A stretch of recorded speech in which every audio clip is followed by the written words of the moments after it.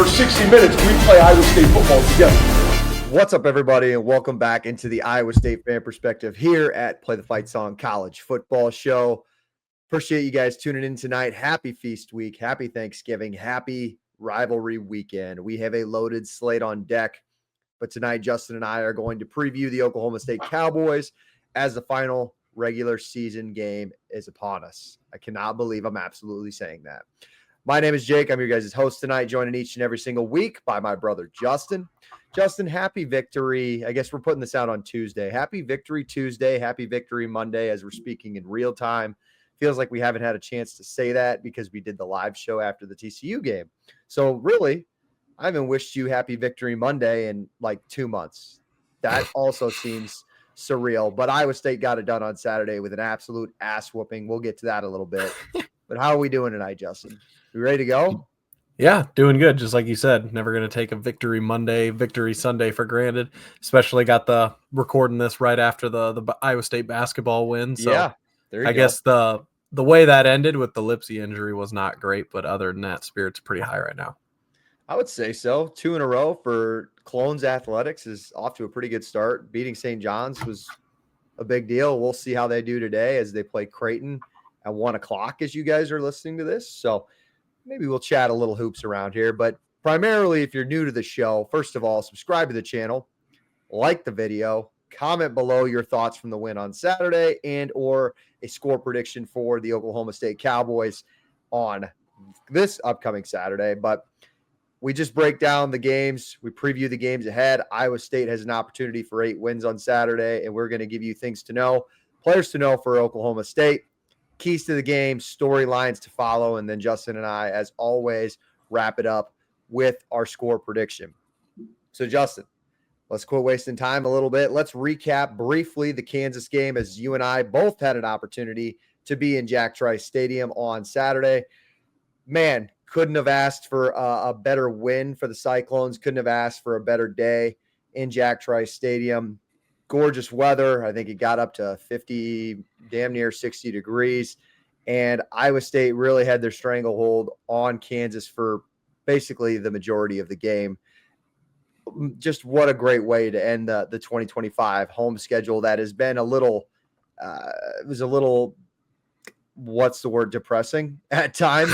It got a little depressing there in the month. The last 2 games were great. Yeah, I think the Cyclones needed that. I think the seniors needed that, and the fan base needed that. What was your initial takeaways from the win on Saturday? Yeah, like you said, great day out there. Couldn't have drew it up as a better senior day for those guys. And I know that's one of those things that we were touching on, that we wanted those guys to end their careers at Jack Trice Stadium the right way, which still got a couple games left in the season. But I don't know. It's weird. It kind of feels like on Saturday was kind of a bookend to the season, where I know we're going to get into the Oklahoma State game a little bit, and you want to touch on kind of starting to see some new guys and seeing where this football team could go. It's just, I wasn't expecting them to play as well as they did on Saturday, and just every week I can't put my finger on this team. Like it's a good thing I haven't been betting them, because I can't predict this team for the life of me. Well, it felt like a dominant win on Saturday, but honestly, Parker Fleming's success rate stats would tell you differently. Kansas kind I saw of that. lost. I don't understand that at all. I love to see his chart that he puts out every Monday. I don't quite understand it as far as like what goes into it and all that stuff. You guys can go research that on your own. But basically, like, Kansas kind of won the success rate, which just, you watch the game entirely, and that didn't really feel like the case. Because, Justin, you highlighted it perfectly in our notes. Thought it was one of the more complimentary games of the year. I think Arizona takes the top for me. I think that was Iowa State's best performance they've had all season so far. But Saturday was close second. It was right there. I would definitely say you had the shutout so. at the end of the first quarter.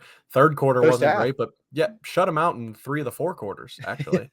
Only quarter Kansas got any points on the board was coming out of the second half there, which still feels like this team is either giving up a freebie drive at the end of the first half or start of the second half every time. But outside of that, really not a whole lot of complaints. 4 touchdowns on 5 red zone trips you highlighted in our notes. Rocco Becht was awesome, completing over 78% of his passes, had one of his best games of the season. Man, that was so cool to see him bounce back and just dominate that game and every single throw. going off of that, they were 9 of 16 on third downs. Iowa State just couldn't get off the field. It was really good to see. And then you highlighted, Justin, shutting out Kansas in 3 of the 4 quarters, shutting them out in the first half. And then what I thought was probably the most impressive feat of Saturday was, like you mentioned, Kansas comes out right away, doesn't mess around. Lance Leipold's a good coach. They go down and score.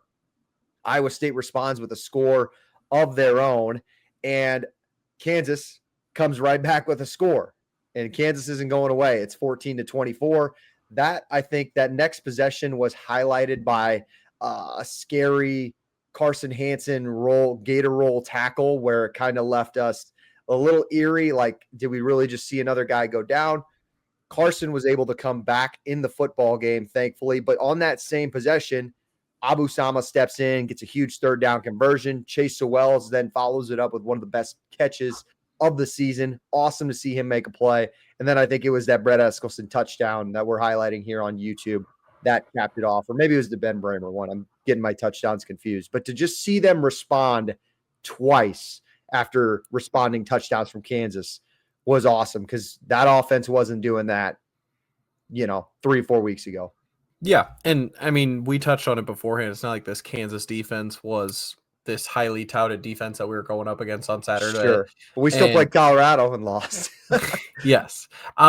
Just the impressive thing to me is it didn't really feel like it was handed to Iowa State on Saturday, where a lot of the moments this season, it felt like we were kind of waiting for some freebies or some breaks to go our way. And there really wasn't anything different on Saturday, and nothing was really handed to them. They were just able to execute better. And it's good to see the growth that this team has had. And I know Campbell's touched on it quite a bit.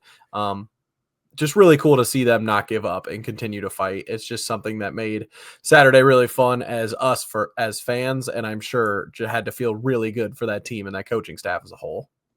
Also, it wouldn't have been a senior day without a couple of things, without the offensive line having another fantastic football game. That's their now 5th consecutive 100-yard rushing game for that offensive line. Like, Carson's been good this year and Abu's been good, but man, the offensive line didn't get credited enough.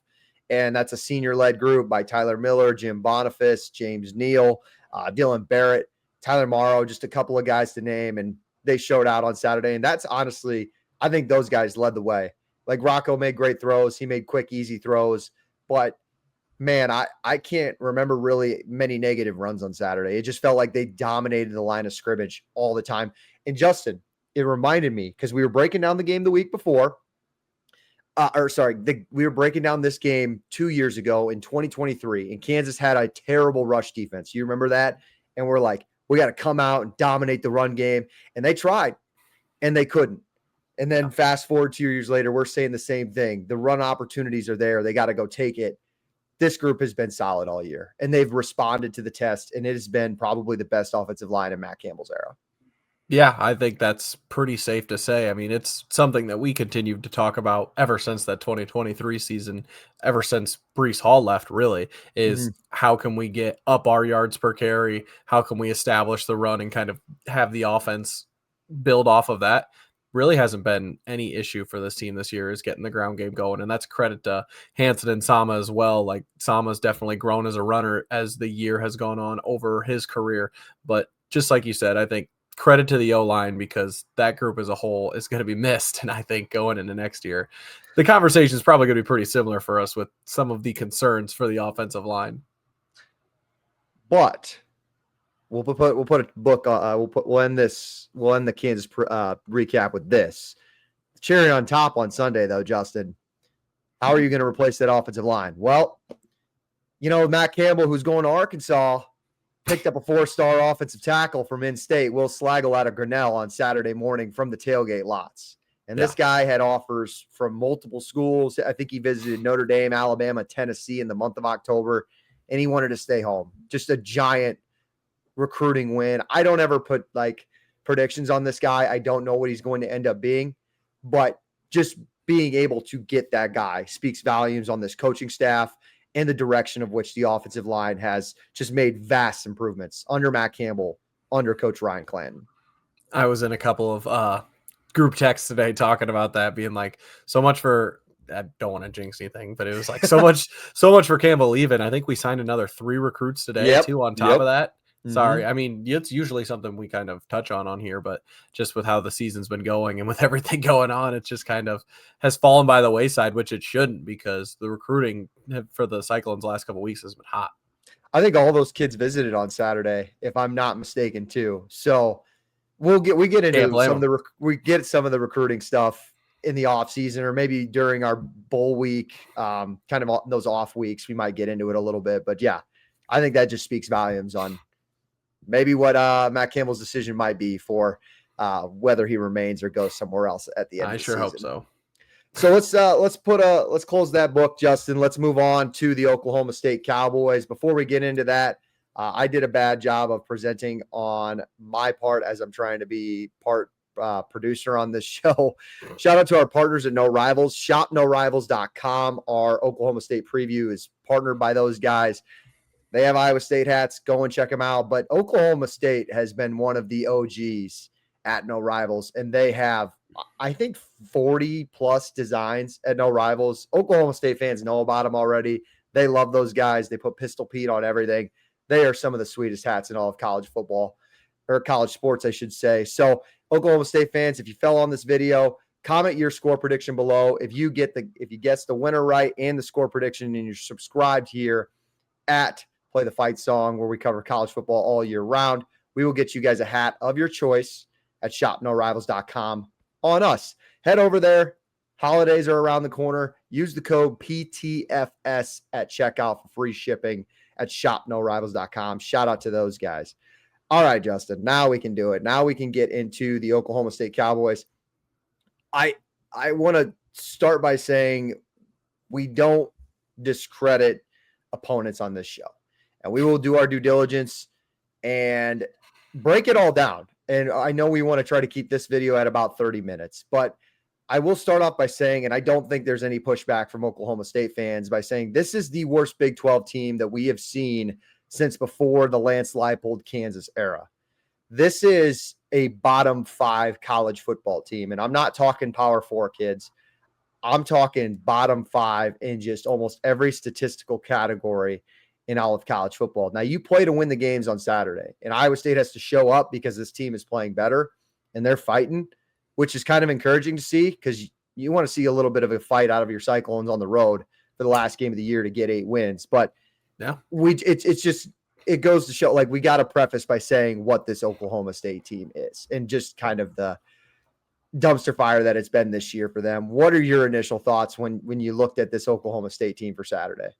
Yeah, I mean, the first thing that jumps out to you is they've had 2 one-score losses the last 2 weeks. So for as bad as things have been, that's a team that hasn't given up either. And that's a team that's still fighting. And going down to Stillwater is never an easy feat. I know at the beginning of the year, it wasn't something that we completely wanted to dismiss, because we knew that this Oklahoma State team could end up looking like this, where it really wouldn't be that challenging of a game, which remains to be seen. But that's just not really something you want to take for granted. And there's still a lot on the table for this Iowa State team. So you don't want to completely dismiss it, but this is absolutely a game that Iowa State should win and should cover. 14.5, correct? It's 13.5 now. It's coming down. People have been betting on Oklahoma State. Maybe there's something to that. You said it, Justin. This team lost 14-6 at home to Kansas State. They turned it over 5 times in that football game. If they turn it over 2 or 3 times, they might have had a chance to pull off the upset. This team is 134th in college football in points per game and 130th in points against. Only 136 teams out there. Thank you for clarifying that. Some people don't know. 42-0 against Texas Tech. I think it was 45-17 against both Cincinnati and somebody else. But you mentioned it, the 2 one-score games, the last 2 games. They even played Kansas close on the road the week prior to that. So this team is fighting. The head football coach for this team, the interim head football coach, and I assume it's going to be his last game on Saturday, as they're kind of narrowing down, I think, their coaching search. I would be interested to see if Oklahoma State has a new coach come Monday or maybe even Sunday. But it's Doug Meacham. Oklahoma State alum, stepped in for Mike Gundy after he got fired after the inexplicable loss to Tulsa at home. He's been an offensive coordinator at TCU, Houston, and he's even coached at Oklahoma State prior to this. His offensive stuff, guys, looking at it, it's kind of a little old school in the sense that it's kind of 10 years outdated.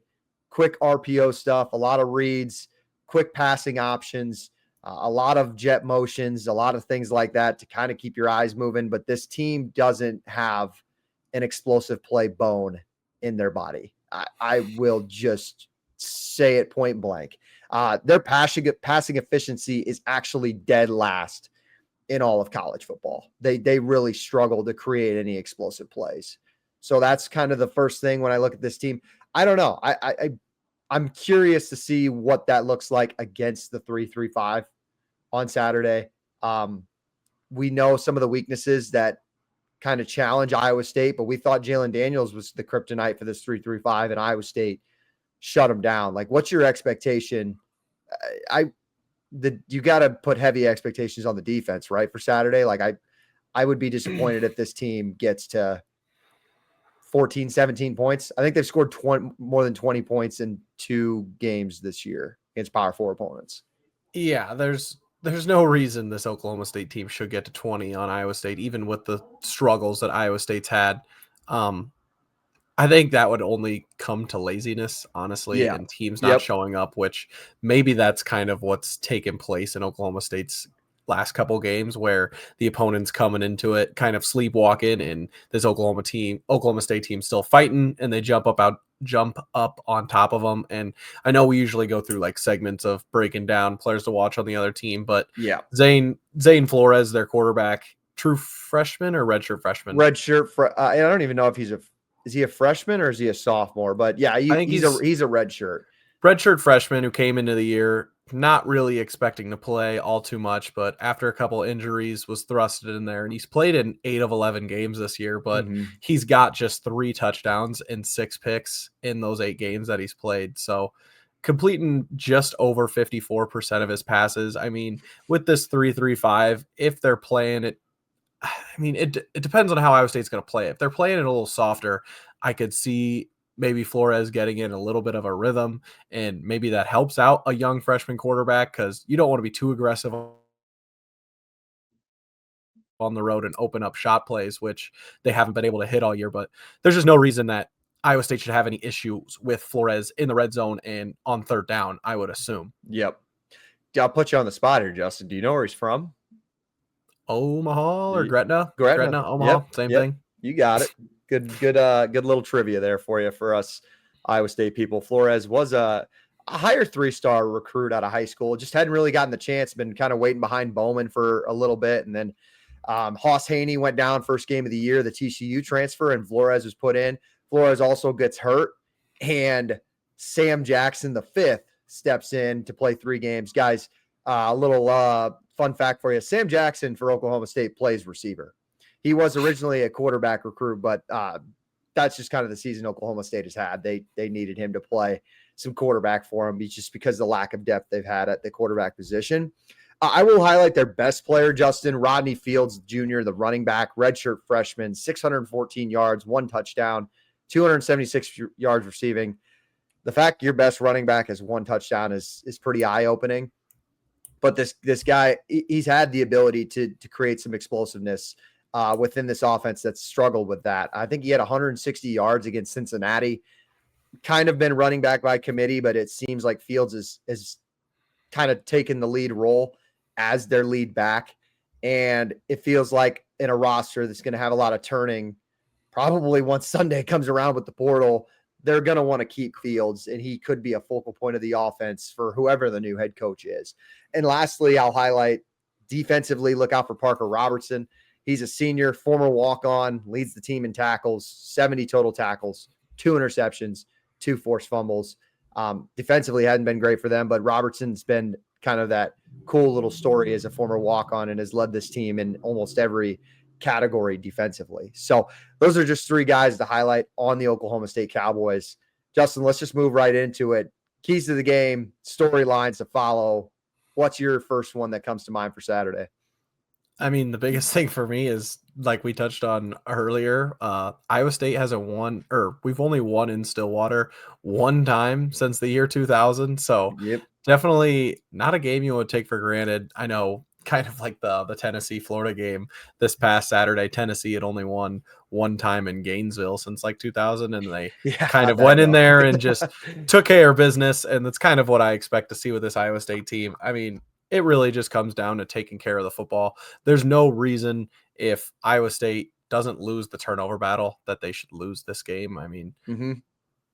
pretty basic statistic there, but But it's they're real. just, yeah, and they're just better on all facets of the game. I expect Iowa State to not force things in the pass game. I know a lot of the times we go into these games where Iowa State's kind of expected to win, like some of the early season FCS in games. Mauser's kind of known for trying to take some early shot plays Yep. Be to get up aggressive.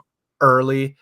I don't necessarily know that in a conference game on the road, that's something that Iowa State should really play with here. I really want to see them continue to just pound the ball on the run like we have been. Sama and Hansen both averaging over 5 yards per carry at this Mhm. point, and just take care of the ball and dominate time of possession like they did on Saturday, and they should set themselves up with very little chance for error.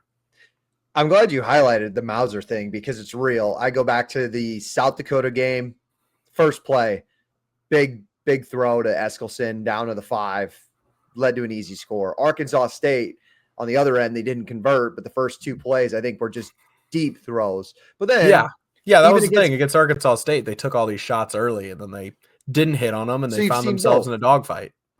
Correct. But I also go back to like he's done it on good teams too. You go back to the BYU game as well. Eskelson first play. So I don't know. I think that is fascinating to follow early on to see how aggressive Mauser gets. But I do agree, Justin. Like Iowa State can do the exact same thing they did to Kansas running the football against this Oklahoma State team. Like it could happen the exact same way. It's just a matter of what Mauser really wants to do on Saturday. He's never been one to shy away from being aggressive, which is actually something I appreciate. One storyline for me to follow is Iowa State just going after that 8th win. It's a big deal.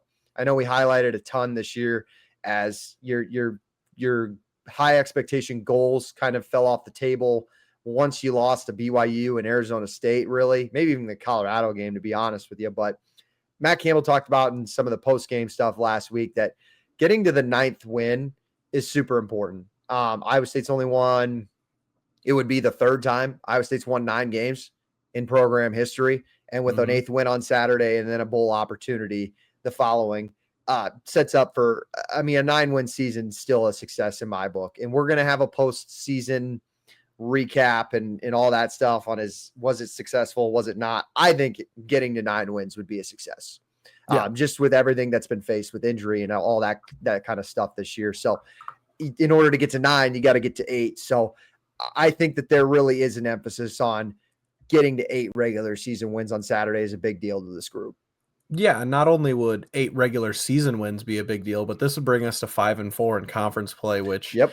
isn't anything to really brag about, but it's a winning record in conference play. It keeps us, however Saturday is going to shake out, it keeps us in the top half of the conference, which is big for recruiting, big for building the program. And it's just not something that's been done a lot at Iowa State, but it would be the 8th time that Matt Campbell would do it in his 10 seasons, which That's is insane, remarkable dude. because before Matt Campbell, it only happened 7 times. So it's so I'm glad you put that out there because there's a lot of perspective and like some people have checked out and stuff. And it's just like a win on Saturday could really mean a lot. And it has a lot of momentum to still be built into next year. And kind of going off of that, my last one was I'm interested to see what the new faces are on Saturday. If you do build a comfortable lead or heck, maybe you're even just up 14 in the 3rd quarter and Mauser just wants to try a bunch of new stuff. Does he throw like Mansky out there? Does he throw Moberly out there? I don't think it would totally surprise me, to be honest with you. So I am interested to see some of the new faces, some of the young faces to get in, play a little more that haven't already played a ton. I'm wondering, Justin, we're going to see a lack of paddles on Saturday. It's Thanksgiving. Did the students go home? Like, is the paddle I don't even know. Is that what they call it? I probably pissed off some Oklahoma State fans there.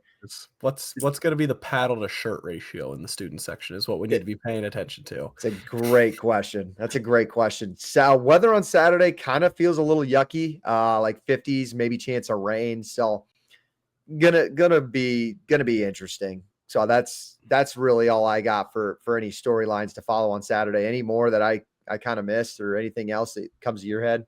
Yeah, I mean, for as confident as we sound, like I said at the beginning here, can't really predict this team to save my life. And you get 40s and raining in Stillwater, Oklahoma. That usually spells disaster for Iowa State. And the fact that the Vegas line has already moved in Oklahoma State's favor is something to note. I mean, this could be a game where Iowa State doesn't walk away with it right away, or maybe if they do, it could be later in the game where they start to pull away. Like, don't be surprised if in the first half, like, this is a 1-score game or just a 10-point game for a lot of the game. I would say the last thing for me is 3 and outs. Oklahoma State kind of came out firing a little bit, going up 14-0 at half in Orlando last week, but it was the 3 and outs that just absolutely crushed them in the second half. I mean, they couldn't sustain a drive to save their life. And Iowa State's got to have the same recipe for success. Would it surprise me if Oklahoma State schemes up a first possession touchdown? John Haycock's defense has been known to do that a time or two. But after that happens, I want to see adjustments quickly, and I want to see a lot of 3 and outs and just rattle that young quarterback whose touchdown interception ratio is in the negatives. So let's just do it. Let's get into predictions, Justin. Before we do that, let's give a shout out to our other partner. If you're watching us on YouTube, scan the QR code. Again, the holidays are just around the corner. Our friends at Frost Buddy got you covered. In the search, go to frostbuddy.com/PTFS for all the best drinkware in collegiate sports. They got 80 plus designs. Iowa State fans, they have awesome universal koozies in black and cardinal and gold. They're super sick. Oklahoma State fans, check them out. They got awesome stuff, cups, you name it. They got you covered over there. So frostbuddy.com/PTFS. Or if you're watching us on the YouTube here, scan the QR code in the corner and go and check those guys out. As always, before we get to our predictions, comment below your score prediction. 2 for 2, subscribed. You get a hat at our friends at shop.norivals.com. Use the code PTFS there for checkout for free shipping on the best hats in collegiate sports. 13.5 is the spread. Iowa State heads on the road to Stillwater. We have, Justin, an 11 o'clock kick on the U. On the U. So I believe it's Iowa State's first game on ESPNU this year. Senior day, you know those guys in black and orange are going to be playing their last game one final time. No bowl game. They're going to give it their all. You expect a fight from Oklahoma State on Saturday, but where are your thoughts on predictions for Saturday for Iowa State? Yeah, I'm definitely expecting a fight out of Oklahoma State early, so it'll be interesting to see the way Iowa State responds in that. I mean, it hasn't been the defense that's been letting down Oklahoma State these last 2 games. I mean, they've kept their opponent under 20 points 2 games in a row. I mean, usually that should at least get you 1 win, but they haven't been able to get over. They've only scored 20 points total the last 2 games. So as much as I could see and trying to like spell like a way where Oklahoma State could come out and do this, like, I'm really trusting the defense here. So I don't really see Oklahoma State getting over 10 to 14 points, maybe 17, 20 on the high end. So it should be a game where Iowa State, if they get to 20 points, should be enough. I mean, I see this somewhere between like a 27-10, 27-14, if we want to kind of picture it how Vegas is there. Ooh. But I do think Iowa State, being the better team, showing the progression that they have the last couple of weeks, is still getting better. So hopefully we see another improved performance this week. And I'll say 27-10 for my prediction. Call this cocky, arrogant, whatever you want to call it, 31-3 for Iowa State on Saturday. I think that still hits the under. I don't see a ton of points out of Iowa State. I don't see them getting super aggressive. I see them just putting them in the stranglehold, relying on the run game. And Rocco, if Rocco can continue his efficiency that he played with last week, 18 of 23, if he does that on Saturday, Iowa State wins this and controls this game just with no question. Like, there's no thought of an upset in this one if he plays like that and the run game gets going again. I expect a couple of turnovers. I don't expect many, but I expect at least one or two that really sets the tone for the defense on Saturday. So I may have jinxed it. I don't know. That's just kind of how I see Iowa State going in there and playing on Saturday for me. So 31-3 Cyclones is what I got out of that. Also, one of the weirder things we saw kind of the prior 2 weeks, Kansas State scored 14 points on Oklahoma State. And then the next week they scored 47 on Utah. So college football is a weird sport. Just keep that in mind, folks at home. It's a weird sport, and my 31-3 prediction might just be the dumbest prediction we've had all year. So, Oklahoma State fans, I wouldn't lose too much sleep over it, but I'm sure at this point you're ready to find out who your new head coach is on Monday, if I had to guess. Yep. Justin Matt Campbell would be proud of our discipline. We've kept this at about 30 minutes, like we said. So, any more closing thoughts before we move on, and then we have to record another episode here on the rivalry weekend? No, just don't take this for granted, Iowa State fans. Yep. I know it's something that we kept saying on Saturday, especially with all the Campbell rumors going around, but being a 13.5-point favorite in a conference game, going for 8 wins, going for potentially 9 wins, all the good things that are going in Iowa State's favor right now. It's going to get really wacky here in college football, and we're going to see a lot of overreactions, a lot of crazy takes over these next 2 weeks. So just appreciate where we're at in this Iowa State season. Well said. 27-10 out of Justin, 31-3 out of me. And let us know in the comments what your score prediction for Saturday is below. We want to hear from you guys, and we will be back. I don't know if it's next week. Maybe we'll go 2 weeks, but we will have a bowl game to preview for you guys here in a couple weeks. We'll find out where we're going. Texas, Memphis, Arizona. We'll figure it all out, and we'll break it all down. We will be excited to preview one more game for the Cyclones 2025 football season. My name is Jake. That's my brother Justin. We will be back. Hope you guys have a great rest of your week. Enjoy your Thanksgiving. And hopefully we get a victory on Saturday. As always, how we send it out each and every single week. Go Cyclones.